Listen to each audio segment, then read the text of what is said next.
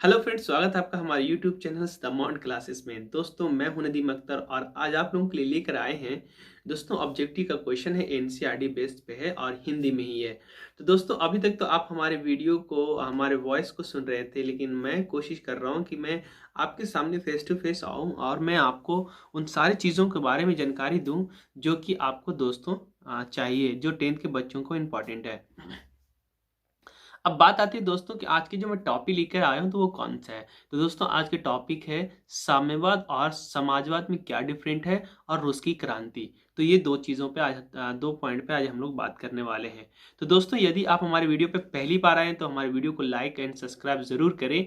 और अगर आपने मेरे वीडियो को, चैनल को लाइक और सब्सक्राइब कर रखा है तो दोस्तों हमारे वीडियो को अंत तक बने रहें, ताकि दोस्तों आपको हो सकता है कि मेरे बताए गए हुए कुछ अल्फाजों में या इस चैप्टर के बारे में हो सकता है आपको कुछ नॉलेज मिले और आपका काम के लायक बन जाए। तो दोस्तों, चलते हैं अपने टॉपिक की तरफ और बात करते हैं आज के इस टॉपिक पे, जो रसिया का माफ कीजिएगा, जो साम्यवाद और समाजवादी और रूस की क्रांति के बारे में मैं जो बताने जा रहा हूँ। दोस्तों, पहले जानते हैं कि समाजवाद क्या है और साम्यवाद क्या है। दोस्तों, समाजवाद जो है और साम्यवाद है, ये अल्फाज सुनने में ज़्यादा डिफरेंट नज़र नहीं आता है, लेकिन दोस्तों थोड़ा दोनों में डिफरेंट है। काम करने का तरीका दोनों का अलग है। दोनों चाहते थे कि समाज के अंदर भला हो, मजदूरों का हक में भला हो और सब लोग खुश रहें, लेकिन दोस्तों काम करने का तरीका अलग था, नज़रिया दोनों का अलग था। समाजवाद का कहना था कि राज्य होनी चाहिए और साम्यवाद का कहना था कि राज्य नहीं होना चाहिए। अब ये राज्य का क्या मतलब है वो मैं आपको समझा देता हूँ। समाजवाद का कहना था कि अगर राज्य रहेगा तो हम, अगर कोई आपस में मतभेद होता है, किसी कारण लड़ाई झगड़ा होता है या कोई बात होती है, तो हमें संभालने के लिए कौन आएगा बीच में। साम्यवाद का कहना था कि नहीं, राज्य नहीं होना चाहिए, क्योंकि लड़ाई झगड़ा मतभेद या कुछ भी होता है तो वो तब होता है जब कुछ कोई ऊंच नीच होता है, जब कोई एक दूसरे का टांग खींचते, या मैं यूं कहूँ तो कोई गरीब या अमीर होता है। तो ऐसे सिचुएशन में हम देखते हैं कि लड़ाई झगड़ा होने के चांसेस होते हैं। लेकिन जब कोई गरीबी नहीं रहेगा, ना कोई अमीर रहेगा, सब बराबर रहेंगे, तब लड़ाई झगड़ा होने का कोई भी मतलब नहीं निकलता है। ऐसा उनका मानना था। अब एक दोस्त ये कहते थे, समाजवाद कहते थे कि भाई साहब, मैं लोगों को मजदूरी उतना ही दूंगा जितना उसकी कैपेसिटी होगा। कौन कहते थे ये चीज़? ये कहता था समाजवाद। समाजवाद का कहना था कि मैं मजदूरों को उतना ही सैलरी दूंगा जितनी उसकी कैपेसिटी है, जितनी उसकी काबिलियत है। लेकिन समाजवाद कहता था, माफ कीजिएगा, साम्यवाद कहता था कि नहीं, हम मजदूरों की मजदूरी इतना देंगे जितनी उसकी ज़रूरत है। अब ये बात शायद आपको समझ में नहीं आ रहा होगा कि भाई साहब, ज़रूरत तो दोनों की है, लेकिन साम्यवाद मजदूरों को क्या करेगा नहीं करेगा। तो मैं एक बार रिपीट करता हूँ, समझने की कोशिश कीजिएगा। साम्यवाद जो था, समाजवाद क्या था? समाजवाद का कहना था कि मैं लोगों को इतना ही मजदूरी दूंगा जितना वो उसकी काबिलियत होगा और जितना वो मेहनत करेंगे। लेकिन अब यहाँ पे जैसे कि अभी मैं इंडिया की बात करूं या फिर इंडिया के अलावा किसी भी कंट्री की बात करूं, रसिया को छोड़ करके, चाहे सऊदीया हो गया, कतर हो गया, ओमान हो गया, अमेरिका हो गया, लंदन हो गया, कुछ भी। तो दोस्तों वहाँ पे क्या है, या फिर हमें इंडिया की बात करूँ, तो यदि आप 8 घंटा काम करते हैं तो आपका 8 घंटा का सैलरी एक फिक्स मंथली बंधा हुआ है। आप क्या करेंगे दोस्तों कि मान लीजिए कि आपने 4 दिन छुट्टी कर दिया या फिर आपने हाफ टाइम ही काम किया, तो कहीं ना कहीं उसकी पेमेंट जो है वो कट जाती है। तो दोस्तों, ये हमारे इंडिया में, और ये जो था वो समाजवाद का कहना था। लेकिन साम्यवाद का कहना था कि नहीं, जितनी ज़रूरत हो हम उतना उससे काम जितनी ज़रूरत हो हम उसको उतना सैलरी देंगे, लेकिन जितना उसकी सलाहियत हो उतना ही हम उससे काम लेंगे। एग्जाम्पल के तौर पे मैं अब आपको समझाता हूँ। सपोज मान लीजिए कि मैं अभी यंग हूँ, तो मेरे अंदर भी ताकत है, मैं काम कर सकता हूँ। 8 घंटे की जगह पे मैं 12 घंटा काम कर लूँगा। और भाई साहब, जब मैं 12 घंटा काम करूँगा तो मैं क्या, मुझे सैलरी तो डबल हो जाएगी, क्योंकि मैंने ओवर टाइम लगाया और ओवर टाइम का भी हमें पैसा मिल रहा है। लेकिन दोस्तों, अगर एक बूढ़ा व्यक्ति है और वो क्या है कि उसके क्या खाने वाले ज़्यादा लोग हैं, ऐसे समझिएगा कि मान लीजिए उसके 5 फैमिली है, उस फैमिली में कोई भी कमाने वाला मेल पर्सन नहीं है, और एक मैं हूँ जो मेरे परिवार में खाने वाले मात्र 2 हैं, और बाकी 4 जो है वो कमाने वाले हैं, ऐसे समझिएगा, ठीक है। तो 4 जो मेल कमाने वाले हैं और खाने वाले मात्र 2 हैं, मम्मी है और सिस्टर है। तो अब हम यहाँ पे कमाने वाले कितने हैं? 4। साम्यवाद का समाजवादी का क्या है वो मैं समझा रहा हूँ।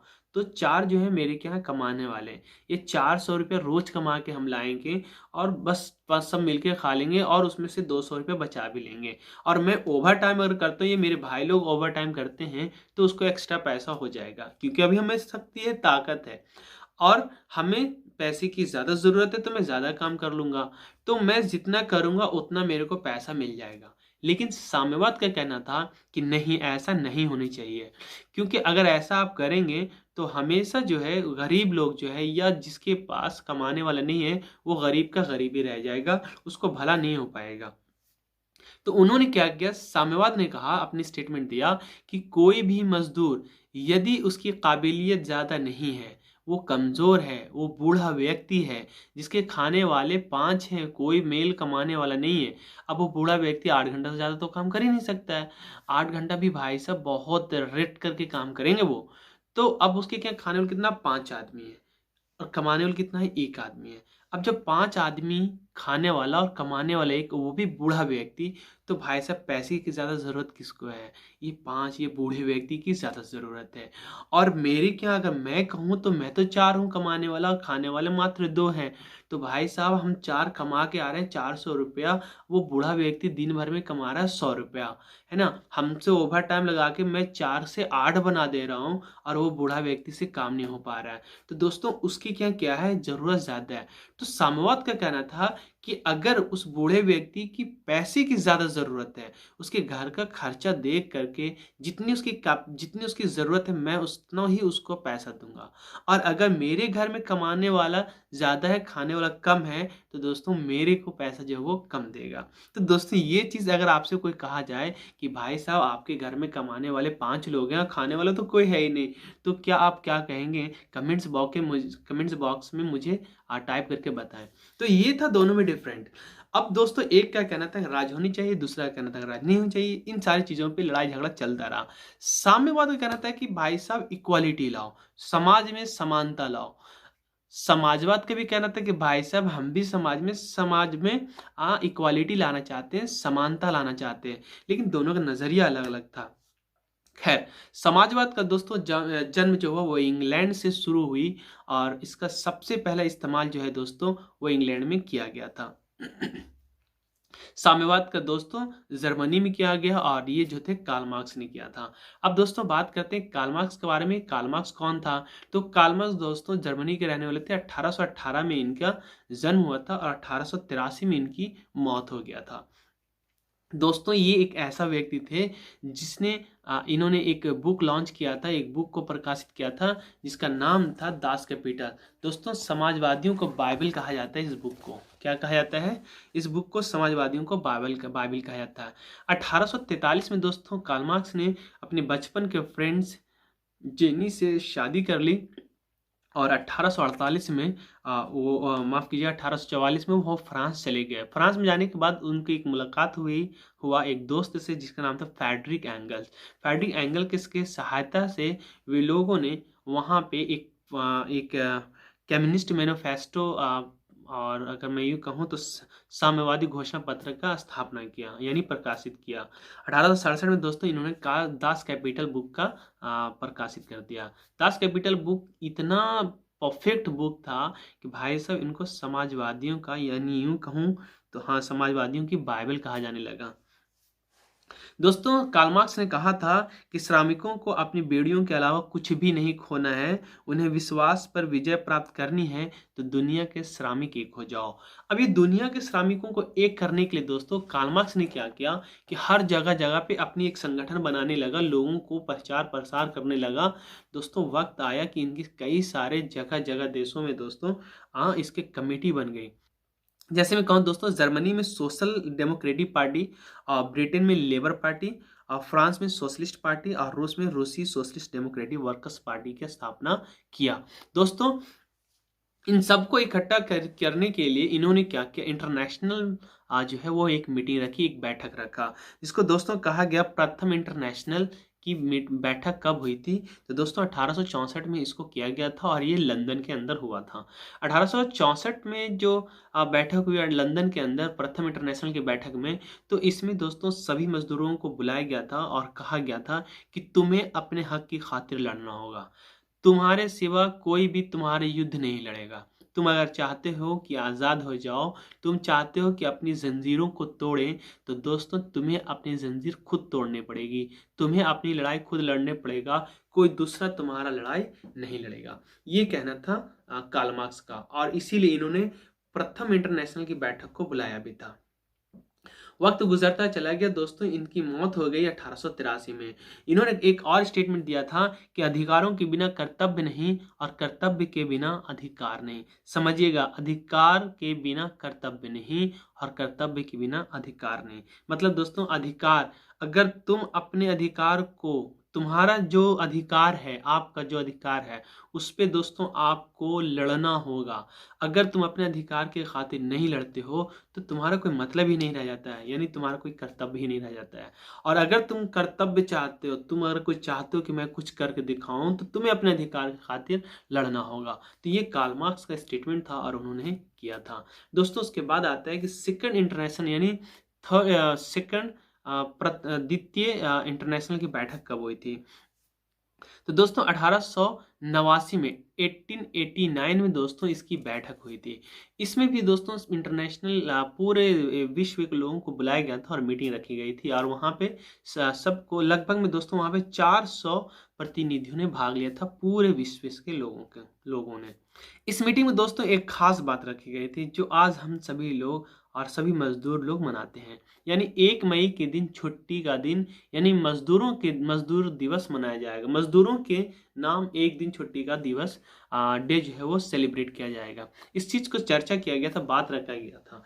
लेकिन दोस्तों वहाँ पे पहले तो इसकी स्थापना नहीं हो पाया। 1889 में जो सेकंड इंटरनेशनल की बैठक जो हुई थी उसमें इस बात का चर्चा में ही रहा, लेकिन उस पर काम नहीं हुआ, वर्कआउट नहीं हुआ। अगले बार क्या हुआ दोस्तों कि मजदूरों ने पूरे आवाज उठा दिया और दोस्तों कहा जाता है 1 मई 1890 को पहला मजदूर दिवस मनाया गया। मैं ज़्यादा समय नहीं लेना चाहता हूँ क्योंकि दोस्तों मेरी वीडियो बहुत लंबी हो जाएगी और टॉपिक बहुत बड़ा है। तो दोस्तों इसी प्रकार से समाजवाद और साम्यवाद में अंतर है। दोस्तों मैंने जो पॉइंट है वो आपको डिटेल्स में तो बताने की कोशिश किया है, लेकिन फिर भी मैं शॉर्ट करता हूँ और यहीं पे इस चीज़ को ख़त्म करते हैं। अब जानते हैं दोस्तों रशिया के बारे में। रशिया की क्रांति क्या था? दोस्तों रशिया के अंदर 1917 में 2 क्रांति हुई। उससे पहले एक क्रांति हुई थी दोस्तों 1905 में। 1905 में जो क्रांति हुआ था दोस्तों वो बड़ा भयावह था। बहुत कहें दोस्तों कि उसी समय खूनी रविवार जो है वो हुआ था। अब खूनी रविवार दोस्तों कैसे हुआ था? तो दोस्तों पीट्सबर्ग के महल की तरफ जो है वो अपने मजदूर लोग जो थे 1905 की बात में कर रहा हूँ। दरअसल दोस्तों 1904 के लास्ट में 3 नवंबर दिसंबर के आसपास की बात है। उस समय युद्ध हुआ था, झगड़े हुए थे जापान से। और जापान से रशिया जो बुरी तरह से बिल्कुल हार गया था। अब हार गया था दोस्तों तो कहा जाता है कि रशिया का स्थिति जो था वो बड़ा दयनीय हो गया था, प्रॉब्लम आ गया था उनके पास। और उसके वजह से दोस्तों वहाँ पे क्या था कि लोग भुखमरी पे आ गए थे और 20% दोस्तों मजदूरी में गिरावट आ गया था।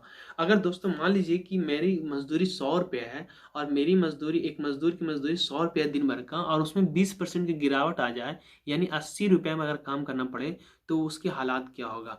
ऐसे सिचुएशन को देखते हुए दोस्तों वहाँ पे कई सारे लोगों ने अपने हक की खातिर अपनी रोटी दो के नारा लगाते हुए वहाँ के जार के महल की तरफ अपने आवाज़ को, नारे को लगाते हुए जा रहे थे। लेकिन दोस्तों जैसे ही पीट्सबर्ग महल के पास पहुँचा तो वहाँ पे देखा जाता है कि जार के जो सैनिक जो थे वो निहत्थों पे गोलियां चला दी और जिसके वजह से दोस्तों कहा जाता है कि कई सारे लोग मारे गए। ये दोस्तों 9 जनवरी 1905 की बात है। लेकिन दोस्तों ग्रेगोरियन कैलेंडर के अनुसार ये जो है दोस्तों 22 जनवरी कहलाता है। क्या कहलाता है? ग्रेगोरियन कैलेंडर के अनुसार 22 जनवरी कहलाता है। अभी ग्रेगोरियन कैलेंडर क्या है? तो ये रूस के अंदर चलने वाला एक कैलेंडर था जिसको हम लोग ग्रेगोरियन कैलेंडर कहते हैं। अब उसके अकॉर्डिंग क्या है दोस्तों कि डेट का है ना थोड़ा फर्क हो जा रहा था 13 दिन का। तो जिस दिन ये घटना घटी वो रविवार का दिन था और इसीलिए दोस्तों वहाँ पे उसको खूनी रविवार कहा गया। हजारों लोग मौत के घाट उतार दिए गए थे। तो ये अब इस चीज़ को लेकर दोस्तों रशिया में जो वहाँ के जो जनता था उसके अंदर एक मन भड़क गया, एक अपने देश के राजा से एक नफ़रत होने लगी। वक़्त बीतता चला गया, अच्छे मौके के तलाश में थे वहाँ की जनता। तभी एक मौका मिला दोस्तों 1917 में। 1917 में क्या हुआ दोस्तों कि प्रथम युद्ध जो है वो फर्स्ट वर्ल्ड वॉर जो था वो स्टार्ट हो चुका था। रशिया जो था दोस्तों वो धीरे-धीरे पूरी तरीके से पिट रहा था, क्योंकि रशिया जर्मनी की तरफ था उस समय। तो वो पिट रहा था दोस्तों। अब वहाँ के शासक के पास पिटने के एक और रीज़न था। जनता वहाँ का खुश नहीं था वहाँ के शासन से। जनता वहाँ के शासन से खुश नहीं था, तो इसलिए वहाँ का जनता उसका सपोर्ट नहीं कर रहा था शासक का। अब तभी देखा दोस्तों इन लोगों ने कि यार बात मतलब कि यही मौका है कि अपने हक की खातिर लड़ाई लड़ो और भाई साहब अपनी आज़ादी पाओ। तो दोस्तों वहाँ पे क्या हुआ, फरवरी 1917 में वहाँ पे जो है दोस्तों एक युद्ध हुआ और उस युद्ध में जार निकोलस द्वितीय को अपना गद्दी छोड़ के भागना पड़ा। फिर दोस्तों वहाँ पे जो सरकार बनी वो दो लोगों की सरकार बनी। एक था क्रेंसिको और एक था मेंशेविक दल। दोनों ने मिल करके जार से युद्ध किया और जार से युद्ध करने के बाद उनको तो हटा दिया। अब ये सत्ता में बैठ गए। सत्ता में जब ये बैठे दोस्तों तो वहाँ पे सत्ता में जब बैठा वो बैठा मेंशेविक दल, यानी मेंशेविक दल का नेता जो था वो क्रेंसिको था और बोल्शेविक दल का नेता जो था वो था लेनिन था। अब मेंशेविक दल का नेता क्रेंसिको की सरकार वहाँ पे बनाई गई, लेकिन जनता उससे खुश नहीं था। अब जनता जब खुश नहीं था तो लेनिन भी इस चीज़ को मतलब उसको भी ये अच्छा नहीं लग रहा था। देखा कि रशिया की स्थिति जो थी वो ख़राब होते जा रहा था और ये अपना मनमानी जो है क्रेंसिको जो था अपने मनमानी को वहाँ पे करने लगा था। धीरे-धीरे लेनिन को लगा कि ये सही नहीं है, इसलिए उन्होंने क्या कहा कि आप सत्ता अपने हाथ में लेंगे। इसलिए उन्होंने क्या किया कि उस सत्ता को हाथ में लेने के लिए 7 नवंबर 1917 को अक्टूबर क्रांति का वहाँ पे स्टार्ट कर दिया गया। जिस यहाँ पे अनुसार वह दिन 25 अक्टूबर 1917 था। ग्रेगोरियन कैलेंडर के अनुसार वो 25 अक्टूबर 1917 था। इस क्रांति में दोस्तों मेंशेविक दल का जो नेता था क्रेंसिको उसकी हार हो गई और लेनिन की जीत हो गई। लेनिन ने क्या किया दोस्तों वहाँ पे अपनी जो है ट्राटस्की की मदद से दोस्तों अपनी सत्ता को जमा लिया और वहाँ पे अपनी हुकूमत वो करने लगा। सन 1921 में लेनिन ने न्यू इकोनॉमिक्स पॉलिसी कानून वहाँ पे लागू कर दिया। अब दोस्तों आप जानेंगे कि न्यू इकोनॉमिक्स पॉलिसी क्या है। तो दोस्तों न्यू इकोनॉमिक्स पॉलिसी था यहाँ पे किसानों जो किसान लोग थे उसके ऊपर क्या था कि कुछ प्रतिबंध था, कुछ rules and terms and condition लगाए हुए था कि आप अपने खेत की सरकार की ज़मीन तो ज़रूर था। अब सरकार की जो ज़मीन तो उसमें आप खेती तो कर सकते हैं, लेकिन खेती करने का अधिकार आपको है, लेकिन उसके फसल का अधिकार आपके पास नहीं था कि आप कितना रखेंगे और कितना मुझे देंगे। वो जितना था मर्जी वो उतना ले लेता था और किसानों को थोड़ा बहुत दिया जाता था। इससे किसान बड़ा दुखी रहते थे और उसके अंदर जो है वो एक डेवलपमेंट नहीं आ पा रहा था। तो वक्त के साथ लेनिन ने जब न्यू इकोनॉमिक्स पॉलिसी लाया तो लेनिन ने कहा कि काम करें, खेत जो है वो सरकार की ही रहेगी, लेकिन इस पे काम करने का अधिकार आपको पूर्ण रूप से दिया जाता है। और दोस्तों लेनिन ने कहा कि जो खेत से अनाज उपजाएंगे वो उपज होगी, उसमें मुझे कुछ नहीं चाहिए। मुझे क्या है कि आप पहले क्या था कि अगर 4 मन गल्ला अगर आपने उपजाया है तो 4 मन में क्या करता, 3 मन ले लिया और 1 मन आपको सपोज दे दिया, यानी 1 मन 40 किलो आपको दे दिया। लेकिन लेनिन कहा कि नहीं, मुझे ऐसा नहीं चाहिए, मुझे है आप मुझे एक टैक्स में बांध दो, एक कर मुझे जो है वो बता दो, या सरकार ने एक टैक्स बता दिया कि मुझे इतना चाहिए और आप चाहे जितना उपजा लो, मुझे उससे कोई मतलब नहीं है। बात समझ में आ रही ना। जैसे कि दोस्तों उन्होंने कहा कि मेरे को भाई साहब 4 मन गल्ला चाहिए, ठीक है, अब आप 10 मन उपजा लो, 20 मन उपजा लो, उससे मुझे कोई मतलब नहीं है, एक किसान से मेरे को इतना चाहिए। इस तरह का वहाँ पे पॉलिसी लाई गई। और उसके बाद दोस्तों वहाँ पे लोगों को पूंजी को जमा करने के लिए बैंकों का निर्माण किया गया, ताकि जनता का जो जमा पूंजी है वो सेफ रह सके। तो ये सब चीज़ों को वहाँ पे लाया गया और ये न्यू इकोनॉमिक्स पॉलिसी में लाया गया।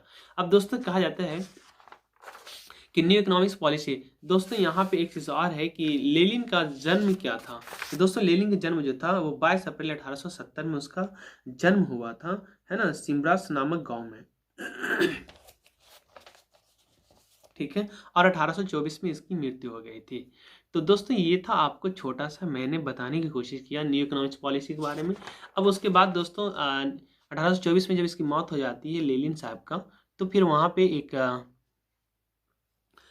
लौह पुरुष है ना, उसको हम लोग कहते हैं स्टालिन। स्टालिन का शासनकाल आता है और स्टालिन उसको वहाँ पे शासनकाल चलाते हैं। लेकिन दोस्तों 1991 में दोस्तों जो है सोवियत संघ का विघटन हो जाते हैं। सोवियत संघ जो था वो रशिया के अंदर था। अब मैं ये भी बता दूं कि सोवियत संघ की स्थापना जो हुआ था 1917 में हुआ था। जब उस समय हुआ था सोवियत संघ की स्थापना, जब फर्स्ट वर्ल्ड वॉर में अमेरिका जब आया था, तो सोवियत संघ जो है एक रशिया के अंदर एक क्षेत्र बनाया गया था, एरिया, एक राज्य बनाया गया था। लेकिन दोस्तों वक्त आया जो 1991 में सोवियत संघ का विघटन हो गया। स्टालिन स्टील का मैन जो है, स्टालिन को स्टील का मैन कहा जाता था।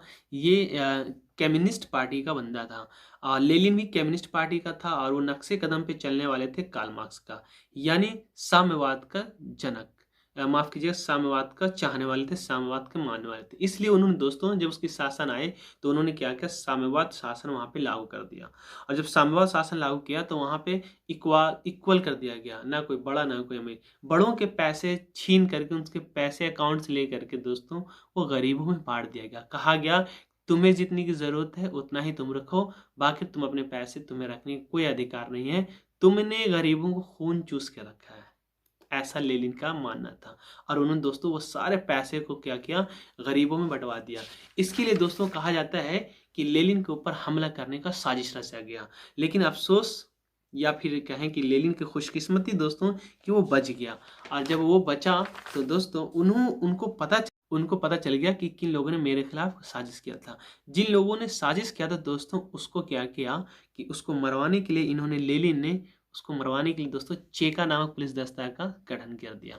अब ये चेका नामक पुलिस दस्ता क्या था, तो दोस्तों ये सीक्रेट, मैं कह सकता हूँ सीक्रेट सीबीआई था, जो चुन चुन के लोगों को पता करता था कि कौन लेनिन के खिलाफ साजिश कर रहा है। और फिर दोस्तों जैसे ही पता चलता था उसके ऊपर उसको पकड़ लिया जाता था, उसको कैप्चर कर दिया जाता था। बहुत सारे लोगों को मरवा भी दिए थे इन्होंने। तो इस वजह से क्या था कि लेनिन के लोग दुश्मन वहां पे खड़े हो गए थे। इन्होंने गरीबों के हक में तो अच्छा काम किया था, लेकिन अफसोस कि इन्होंने अमीरों के हक में बिल्कुल गलत किया। क्योंकि अगर आपके पास, आपके पापा ने अगर बहुत मेहनत से बिजनेस करके पैसा कमाया और आज वो बैंकों में करोड़ों रुपए जमा करके रखा हुआ, कोई अगर सरकार ये आए, सब कोई मान लो मोदी जी कहें कि भाई साहब तुम लोगों के पास जितने पैसे हो मेरे को दे दो, तो भाई साहब क्या करेंगे, आफत मच जाएगी, है ना। ऐसे ही हुआ था। तो अमीरों ने क्या हुआ था कि लेनिन का दुश्मन बन गया था और गरीबों ने लेनिन को चाहने वाले बन गए थे। तो ये थी सिचुएशन कंडीशन। दोस्तों आज मैं इतना ही यहीं पे ख़त्म करता हूँ और अब चलते हैं दोस्तों अपने ऑब्जेक्टिव की तरफ। मैं ऑब्जेक्टिव आपको दिखाता हूँ और उसमें ऑब्जेक्टिव में आप कितना टिक आउट करते हैं और कितना स्कोर करते हैं। तो दोस्तों चलते हैं अपने ऑब्जेक्टिव की तरफ। तो दोस्तों आप स्क्रीन में देख रहे हैं पहला नंबर क्वेश्चन, साम्यवादी शासन का पहला प्रयोग कहाँ किया गया था। तो दोस्तों मैंने कहा कि साम्यवादी का सबसे पहला शासन जो है लागू किया गया था वो रशिया के अंदर यानी रूस के अंदर जो है वो किया गया था। ऑप्शन नंबर ए बिल्कुल सही है, लेनिन ने किया था। ठीक है, नेक्स्ट। रूस में कृषि दास प्रथा का अंत कब हुआ था। तो दोस्तों ये हुआ था 1861 में, यानी ऑप्शन नंबर ए जो है इसका बिल्कुल सही हो जाएगा। नेक्स्ट, रूस का पहला समाजवादी कौन था। तो मैंने दोस्तों पहले ही कहा कि रूस का पहला समाजवादी जो था वो प्लेखनोवा था। कौन था, प्लेखनोवा था समाजवादी। यूरोपियन समाजवादी कौन नहीं था। तो दोस्तों यूरोपियन समाजवादी जो था वो कार्ल मार्क्स नहीं था। याद रखिएगा, वो यूरोपियन समाजवादी नहीं था, वो क्या था, साम्यवादी था। तो कार्ल मार्क्स क्या था, साम्यवादी था, है ना। तो सी इसका सही आंसर हो जाएगा।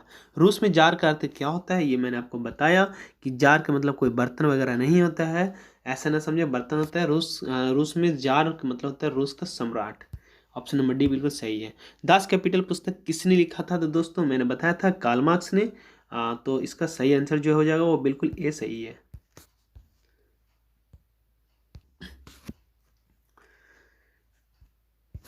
फ्रांसीसी समाजवाद के विकास के जन्मदाता किसे कहा जाता है।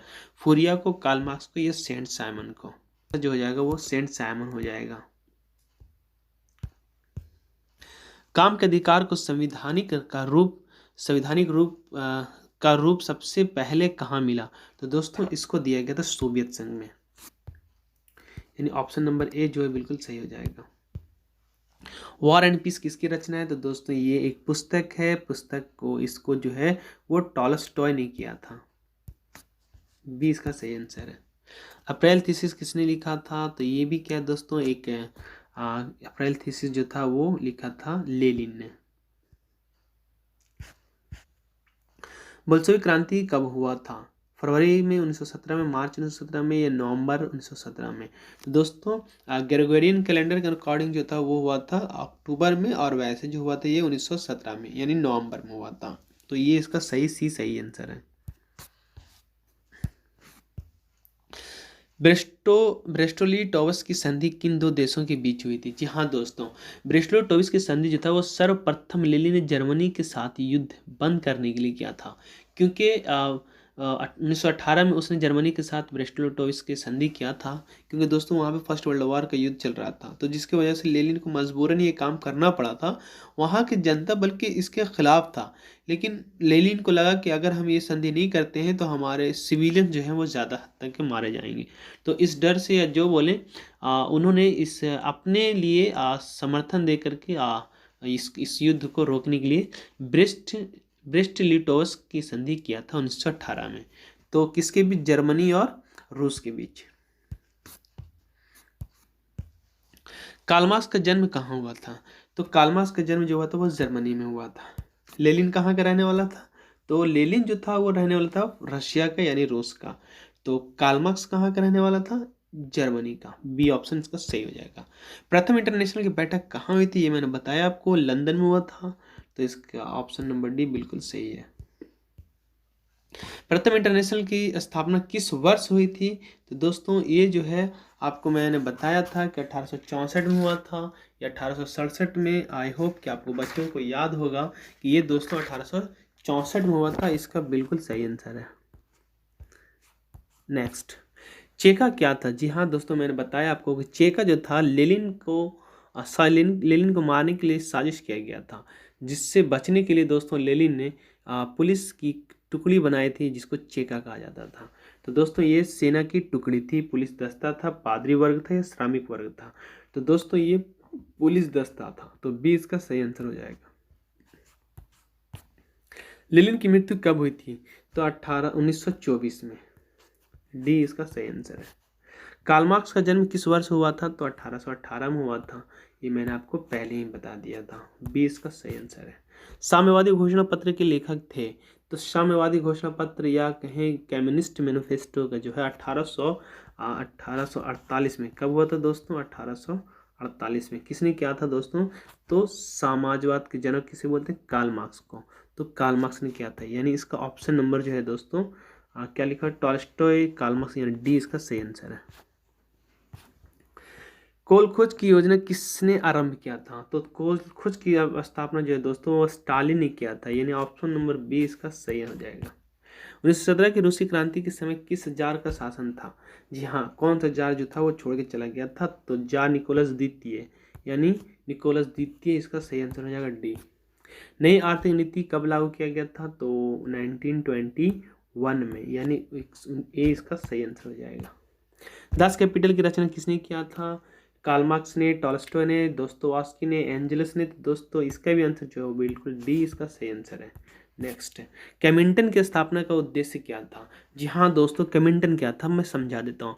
केमिंटन जो था वो लेनिन ने थर्ड इंटरनेशनल की बैठक किया था, उसी थर्ड इंटरनेशनल को बैठक को केमिंटन बोला जाता है। अब एक्चुअल में वो भी क्या हुआ था कि लोगों को एकत्रित किया गया था, पूरे मजदूरों को या फिर मजदूरों के संगठन के जो नेता लोग थे उसको बुलाया गया था रशिया के अंदर, और वहाँ पे दोस्तों इनकी मीटिंग की गई थी। इस मीटिंग में दोस्तों सभी को इनवाइट किया गया था, लगभग में भी उस समय भी बहुत सारे लोगों ने भाग लिया था। तो दोस्तों उसी मीटिंग को क्या कहा जाता है? केमिंटन की बैठक कहा जाता है। तो आई होप कि दोस्तों ये आपको समझ में आ गया होगा कि केमिंटन की बैठक क्या था। और ये हुआ था दोस्तों 1924 में, माफ़ कीजिएगा 1919 में। ये कब हुआ था? 1919 में। तो केमिंटन की बैठक क्या था? सैन्यवाद का प्रचार करना था, क्रांति का प्रचार करना, पूंजीवादी का प्रचार करना, तो यानी साम्यवादियों का प्रचार करना था। तो दोस्तों इसका जो सही आंसर जो हो जाएगा वो डी बिल्कुल सही है। मजदूर दिवस कब मनाया जाता है दोस्तों? 1 मई को, यानी ए बिल्कुल सही आंसर है। महिला दिवस कब मनाया जाता है? तो 8 मार्च को, यानी दोस्तों डी इसका सही आंसर है। आई होप कि बच्चों आपको समझ में आ गया होगा, और अगर हमारी वीडियो आपको अच्छा लगा तो प्लीज़ हमारे चैनल को लाइक्स और सब्सक्राइब ज़रूर करके जाएं, और अपने दोस्तों में शेयर ज़रूर कर दें। तब तक के लिए मिलते हैं नेक्स्ट वीडियो में। धन्यवाद, थैंक यू, जय हिंद।